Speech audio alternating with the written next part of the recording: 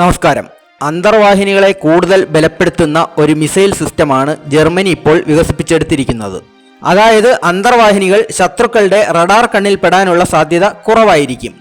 IDAS എന്നാണ് ഇതറിയപ്പെടുന്നത്, interactive defence and attack system for submarines. ഇവിടെ ഇപ്പോൾ പലരും ചിന്തിക്കുന്നുണ്ടാവും, ജർമ്മനി ഇത്തരത്തിലുള്ള ഒരു സിസ്റ്റം ഡെവലപ്പ് ചെയ്തെടുത്തതുകൊണ്ട് ഇന്ത്യക്ക് എന്താണ് പ്രയോജനമെന്ന്. ഇവിടെയാണ് പ്രോജക്റ്റ് 75I എന്ന പ്രോഗ്രാമിനെ കുറിച്ച് അറിയേണ്ടത്. ഇന്ത്യൻ പൊതുമേഖലാ സ്ഥാപനമായ മെസഗോൺ ഡോക്ക് ഷിപ്പ് ബിൽഡേഴ്സും ജർമ്മനിയിലെ TKMS അതായത് തൈസൻ ഗ്രൂപ്പ് മെറൈൻ സിസ്റ്റവും ചേർന്ന് 6 214 ക്ലാസ് അത്യാധുനിക അന്തർവാഹിനികളാണ് നിർമ്മിക്കാൻ പോകുന്നത്. ഇവിടെ ഞാൻ നേരത്തെ പറഞ്ഞ മിസൈൽ ഡിഫൻസ് സിസ്റ്റത്തിന്റെ നിർമ്മാതാക്കളാണ് TKMSും ജർമ്മനിയിലെ തന്നെ ഡീഹൽ ഡിഫൻസും കൂടി ചേർന്നാണ് നേരത്തെ പറഞ്ഞ മിസൈൽ സിസ്റ്റം വികസിപ്പിച്ചെടുക്കുന്നത്. അതുകൊണ്ട് തന്നെ നമ്മൾ നിർമ്മിക്കാൻ പോകുന്ന ക്ലാസ് 214 അന്തർവാഹിനികളിൽ ഇവ ഉൾപ്പെടുത്തുമെന്നുള്ള കാര്യം ഉറപ്പാണ്. ഇതിന്റെ വിശദാംശങ്ങൾ പരിശോധിക്കാം.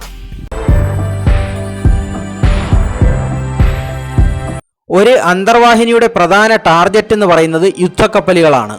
എന്നാൽ അവയുടെ പ്രധാന ശത്രു എന്ന് പറയുന്നത് യുദ്ധക്കപ്പലുകളോ മറ്റ് സമുദ്രയാനങ്ങളോ ഒന്നുമല്ല. പകരം ആന്റി സബ്മറൈൻ വാർഫെയറിന് ഉപയോഗിക്കുന്ന ഹെലികോപ്റ്ററുകളും ഡ്രോണുകളുമൊക്കെയാണ്. ഇതിനുള്ള പ്രധാന കാരണം അന്തർവാഹിനികളെക്കാൾ ചടുലത കുറവാണ് യുദ്ധക്കപ്പലുകൾക്കും സമുദ്രയാനങ്ങൾക്കുമൊക്കെ. എന്നാൽ ഹെലികോപ്റ്ററുകളുടെയോ ഡ്രോണുകളുടെയോ ഒക്കെ ചടുലതയ്ക്ക് മുന്നിൽ അന്തർവാഹിനികൾക്ക് പിടിച്ചു നിൽക്കാനും കഴിയില്ല. നിലവിൽ അന്തർവാഹിനികൾ പെരിസ്കോപ്പുകളും സെൻസറുകളും ഒക്കെ ഉപയോഗിച്ചാണ് ഇവയുടെ പ്രധാന ശത്രുക്കളായ ഡ്രോണുകളെയും ഹെലികോപ്റ്ററുകളെയും ഒക്കെ തിരിച്ചറിയുന്നത്. ഇങ്ങനെ തിരിച്ചറിഞ്ഞ ശേഷം മാൻ പോർട്ടബിൾ എയർ ഡിഫൻസ് സിസ്റ്റം അഥവാ മാൻ പാഡ്സ് ഉപയോഗിച്ച് ഉപരിതലത്തിൽ വന്ന ശേഷം മാത്രമേ മിസൈൽ ലോഞ്ച് ചെയ്യാൻ സാധിക്കുകയുള്ളൂ. ആ ഒരു സന്ദർഭത്തിൽ അന്തർവാഹിനികൾ ശത്രുക്കൾക്ക് കൂടുതൽ ദൃശ്യമാകും. ഈ ഒരു പ്രധാന പോരായ്മ പരിഹരിക്കാനാണ് പുതിയ മിസൈൽ സിസ്റ്റം കൊണ്ട് ഉദ്ദേശിക്കുന്നത്. ഇവിടെ അന്തർവാഹിനികൾക്ക് പൂർണ്ണമായും വെള്ളത്തിനടിയിൽ നിന്നുകൊണ്ട് തന്നെ മിസൈൽ ലോഞ്ച് ചെയ്യാൻ സാധിക്കുന്നു. ഇതാണിപ്പോൾ ജർമ്മൻ കമ്പനി വിജയകരമായി വികസിപ്പിച്ചെടുത്തിരിക്കുന്നത്. മറ്റൊരു രാജ്യവും ഇതുവരെ ഇത്തരത്തിലുള്ള ഒരു മിസൈൽ വികസിപ്പിച്ചെടുത്തിട്ടില്ല എന്നുകൂടി ഓർക്കണം. നീണ്ട 20 വർഷത്തെ ശ്രമഫലമായിട്ടാണ് ഇത് വികസിപ്പിച്ചെടുത്തിരിക്കുന്നത്. നാവിക യുദ്ധത്തിലെ അതിവിപ്ലവകരമായ ഒരു കണ്ടുപിടുത്തം എന്ന് തന്നെ നമുക്കിതിനെ വിശേഷിപ്പിക്കാം. ഇനി IDASന്റെ പ്രവർത്തനം പരിശോധിക്കാം. ഇത് പൂർണ്ണമായും വെള്ളത്തിനടിയിൽ നിന്ന് തൊടുത്തുവിടാമെന്ന് മാത്രമല്ല, ഈ മിസൈലിന്റെ പാതയിൽ ഉടനീളം അതിനെ അന്തർവാഹിനിക്ക് കൺട്രോൾ ചെയ്യാനും സാധിക്കും. ഇത്തരത്തിൽ ഡേറ്റ കൈമാറാനായി അഡ്വാൻസ്ഡ് ഒപ്റ്റിക്കൽ ഫൈബർ സിസ്റ്റമാണ് ഉപയോഗിക്കുന്നത്. ഹെലികോപ്റ്ററുകളാവട്ടെ ഡ്രോണുകളാവട്ടെ അവ സോണാർ വേവ്സ് ഉപയോഗിച്ചാണ് സമുദ്രത്തിനടിയിൽ ഒളിഞ്ഞിരിക്കുന്ന അന്തർവാഹിനികളെ കണ്ടുപിടിക്കുന്നത്. ഇവിടെ സോണാർ വേവ്സിൽ നിന്നുള്ള വിവരങ്ങൾ ശത്രുക്കളുടെ റഡാറിൽ ദൃശ്യമാവുന്നതിന് മുൻപ് തന്നെ അന്തർവാഹിനി ഇവയുടെ സാന്നിധ്യം തിരിച്ചറിയുന്നു. തുടർന്ന് അന്തർവാഹിനിയിൽ ഘടിപ്പിച്ചിട്ടുള്ള ഗൈഡഡ് മിസൈൽ ടോർപിഡോ ട്യൂബിൽ നിന്ന് മിസൈലുകൾ പ്രവഹിക്കും. അങ്ങനെ ലോഞ്ച് ചെയ്യപ്പെടുന്ന മിസൈലുകൾ ഒരു ബൂസ്റ്ററിന്റെ സഹായത്തോടെ ജല ഉപരിതലം താണ്ടി ആകാശപാത സ്വീകരിക്കുന്നതായിരിക്കും. ഈ മിസൈലിന്റെ പാതയിൽ ഉടനീളം അത് ഒപ്റ്റിക്കൽ ഫൈബർ വഴി വിവരങ്ങൾ അന്തർവാഹിനിക്ക് കൈമാറിക്കൊണ്ടേയിരിക്കും. അതുവഴി ഓപ്പറേറ്റർക്ക് മിസൈലിന്റെ ഗതി മാറ്റിവിടാനും സാധിക്കുന്നു.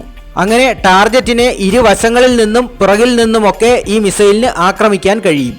ഫൈബർ ഒപ്റ്റിക് ലിങ്ക് വഴി കമ്മ്യൂണിക്കേഷൻ സാധ്യമായതിനാൽ തൊടുത്തുവിട്ട ശേഷവും ടാർഗറ്റ് മാറ്റി സ്ഥാപിക്കാനും കഴിയും. പാതയിലുടനീളം വീഡിയോകൾ ചിത്രീകരിച്ച് അവ ഓപ്പറേറ്റർക്ക് കൈമാറാനുള്ള ഈ മിസൈലിന്റെ കഴിവും ശ്രദ്ധേയമാണ്. ഈ ഒരു സിസ്റ്റം വരുന്നതോടുകൂടി അന്തർവാഹിനികളും ഹെലികോപ്റ്ററുകളും തമ്മിലുള്ള പോരാട്ടത്തിൽ അല്ലെങ്കിൽ അന്തർവാഹിനികളും ഡ്രോണുകളും തമ്മിലുള്ള പോരാട്ടത്തിൽ ഒരല്പം മുൻതൂക്കം എപ്പോഴും അന്തർവാഹിനിക്ക് തന്നെയായിരിക്കും. ജർമ്മനിയുടെ ഈ ഒരു മിസൈൽ ഡിഫൻസ് സിസ്റ്റം വാങ്ങാൻ പല രാജ്യങ്ങളും താൽപ്പര്യം പ്രകടിപ്പിച്ചിട്ടുണ്ട്. പക്ഷേ നിലവിൽ TKMSുമായി ഏതെങ്കിലും ഒരു കരാർ ഒപ്പിട്ടിരിക്കുന്ന രാജ്യത്തിനായിരിക്കും ഇത് നൽകാനുള്ള മുൻഗണന. അങ്ങനെ നോക്കുമ്പോൾ തീർച്ചയായും ഇന്ത്യക്ക് ഇത് ലഭിക്കും. അതിനുള്ള കാരണം ഞാൻ നേരത്തെ പറഞ്ഞ പ്രോജക്റ്റ് 75I ആണ്. ഇത് ഇന്ത്യൻ മഹാസമുദ്രം അടക്കി വാഴാൻ കൊതിക്കുന്ന ചൈനയെ സംബന്ധിച്ചിടത്തോളം ഒരു ഇടിത്തീയാണ്. ഇത്തരത്തിലുള്ള നല്ല നല്ല വാർത്തകൾ ഇനിയും കേൾക്കാനും പറയാനും കഴിയട്ടെ എന്ന് ആഗ്രഹിക്കുന്നു. ജയ് ഹിന്ദ്.